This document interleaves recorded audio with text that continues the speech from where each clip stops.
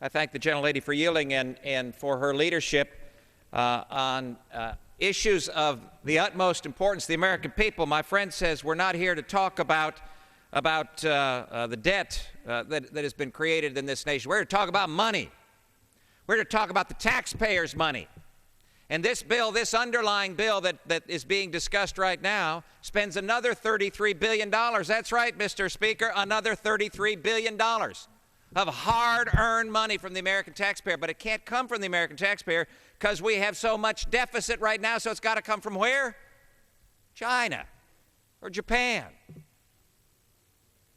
Mr. Speaker, the American people are sick and tired of what's going on here in Washington.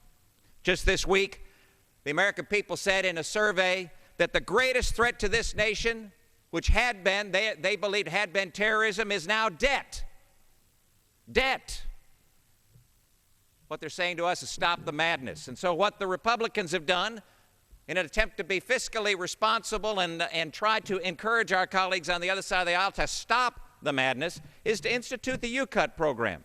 It's at republicanwhip.house.gov/YouCut. And this week's winner, these are the American people going to this website saying, stop the madness, cut in this area. This week's winner will save $15 billion by selling excess federal property. It's property that's not being used right now. Sell it for $15 billion. Every single week what we do is to try to identify those programs, those areas of the federal government that are recklessly spending the hard-earned taxpayers' money. And this week there are 5 more new nominees that will be announced.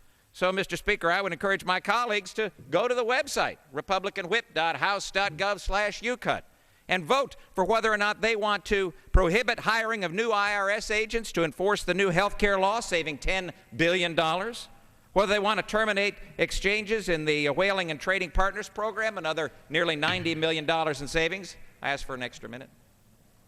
Yield the gentleman another minute.